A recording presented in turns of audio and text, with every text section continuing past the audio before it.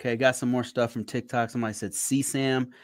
CSAM is what I'm currently using right now at the Okay. organization I'm at, and that's a cybersecurity assessment and management application. It sucks, by the way. That's a Uh, government thing. it's Yeah, nothing. since I left DOD, I don't see that. So no. Yeah, there's that one, and then there's other tools like ServiceNow. There's Oh another yeah. tool called Archer. We already mentioned that one. Exacta is another one. EMAS is another one. Sometimes they'll do like their own homegrown Oh, I hate uh, those. That's systems that, yeah. yeah, they're usually not very good. Mhm. But they'll be based off of some database, and then they'll make their own in-house one.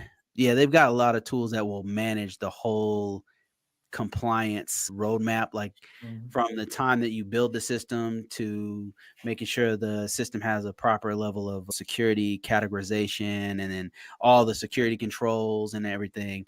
So that's what CSAM does, and some of the other tools that are out there do.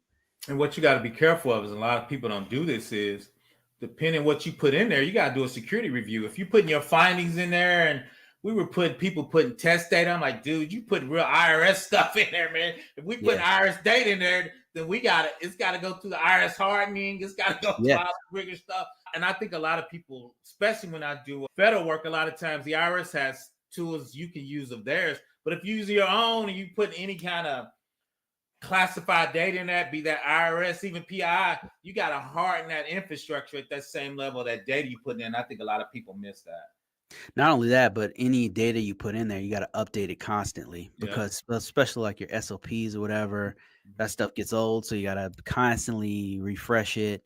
Yeah. I was using Power Automate because you can do email. So once we check and I've been playing around with a homegrown app I might develop it. You can check your policies on there, get approval at manager level. Then you can put a reminder because I think you got to Oh review man, them. that's good. That's a I great think idea. I think that changes every 3 years. It used to be every year. So after 9 months, we can send out an email to the management and the project leaders. Hey, we need to get these policy reviewed because we got to make sure from our organization defined, you got to review them every 1 year or 3 years. So I'm developing something like that. And all that stuff comes in Office 365 that you're already paying for. So that's Yeah, some stuff I absolutely. was using.